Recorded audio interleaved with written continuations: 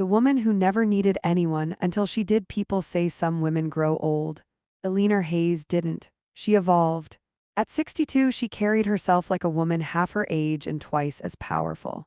Her presence alone could quiet a noisy room, not because she demanded attention, but because she naturally commanded it. Her silver hair framed her face like a crown she never asked for but fully deserved. Her voice was calm, firm, impossible to ignore. And her eyes, they were the kind of eyes that had seen lies, heartbreak, victories, and still chose strength. For 35 years, Alina had been a federal attorney. Not the flashy TV show type, the real one, the kind who stayed up till 3 a.m. building cases, the kind who defended people who had nobody else, the kind who believed justice wasn't a system, it was a responsibility. Judges respected her, colleagues admired her, opponents feared her. But if you asked Alina what her greatest achievement was, she'd never mention a courtroom. She'd say, "My boys." Her 4 sons were her pride, her life. Her proof that love and discipline could exist in the same breath. She raised them mostly on her own after losing her husband years ago. No drama, no pity story, she simply handled it. Soccer practices, she was there. School meetings. Front row, broken hearts, midnight talks, and hot chocolate. Her house wasn't just a home, it was a safe place. Warm lights, family photos lining the staircase, the smell of fresh coffee and vanilla candles. Laughter echoing from Sunday dinners that lasted too long but never long enough. Her sons always joked, "Mom, your house feels like a movie." And maybe it did, because everything about Alina felt larger than life.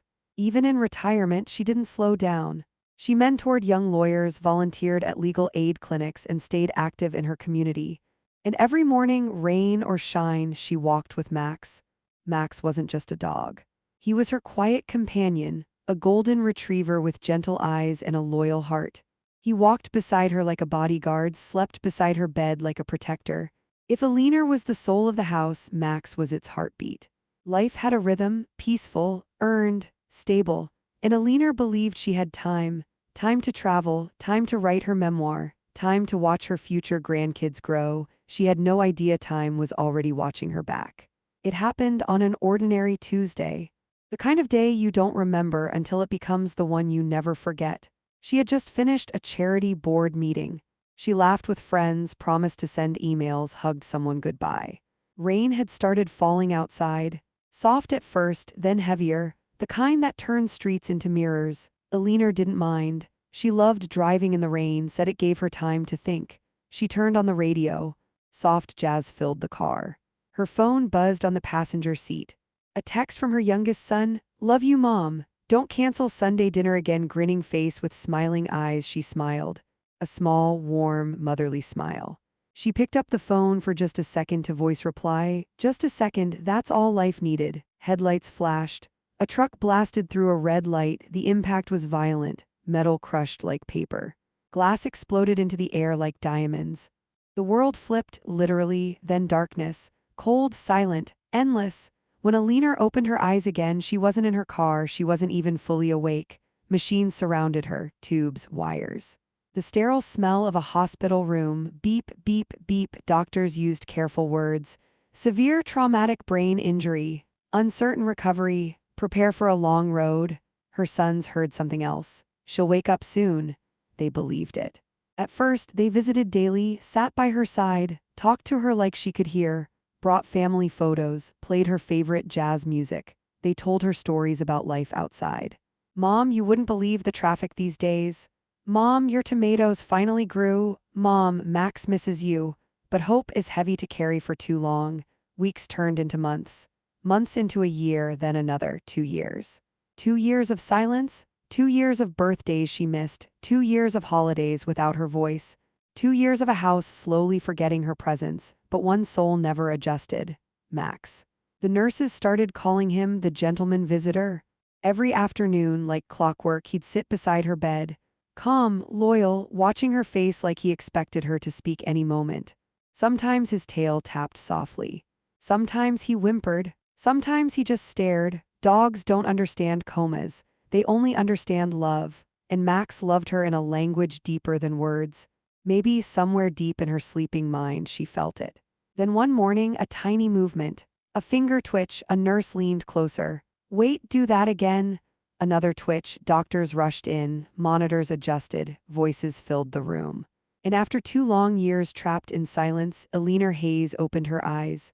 Slowly, confused, fragile but alive. Her sons cried, nurses smiled, doctors called it remarkable, a miracle, they said. But miracles don't come without consequences. Because while Eleanor was asleep, life had been making decisions without her. Conversations had happened, plans had formed, choices had been made, and Eleanor. She was about to wake up into a reality she never agreed to.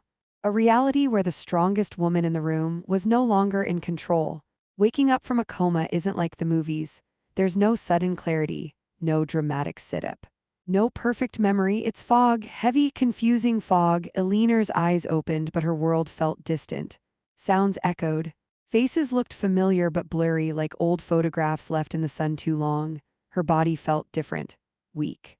Slow, uncooperative. When she tried to move, nothing listened. That's when she realized she couldn't sit up, she couldn't even lift her arm. Panic crept in. A nurse noticed her breathing change. It's okay, Eleanor, you're safe. You've been asleep a long time. A long time, those words landed strangely. How long? She whispered, her voice dry and fragile. The nurse hesitated. 2 years. 2 years, her mind couldn't grab it. Time didn't feel real. 2 years ago, she was driving home in the rain. 2 years ago, her life was normal. 2 years ago, she was strong. Now she needed help just to blink comfortably. Rehabilitation started slowly, painfully slowly. Learning to sit. Learning to grip, learning to trust her own body again. Her sons visited the first week she woke up. They brought flowers, balloons, smiles that looked slightly forced but loving.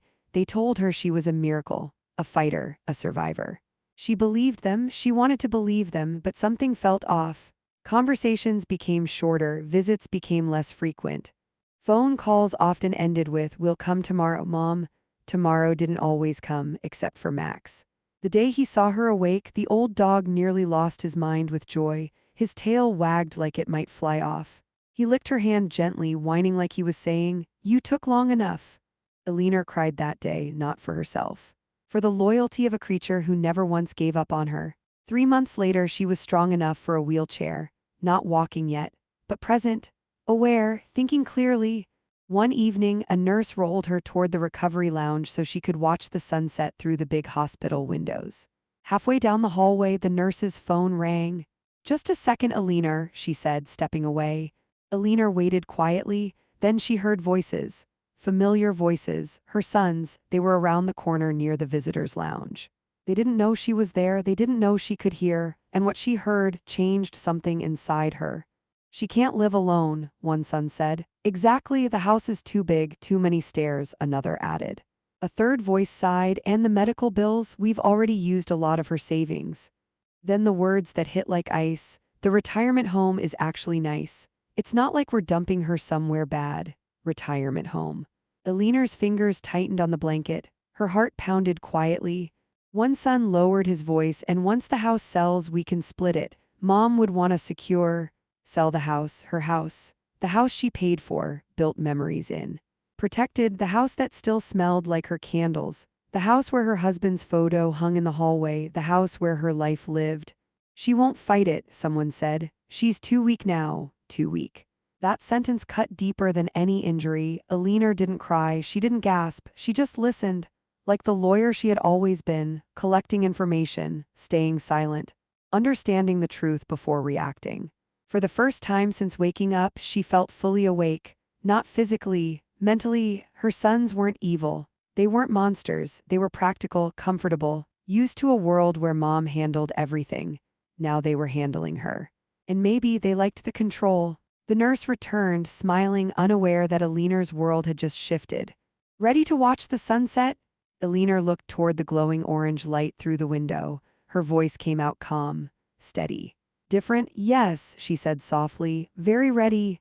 Because in that moment, a quiet decision formed inside her. They thought she was fragile. They thought she was finished. They thought her story was wrapping up.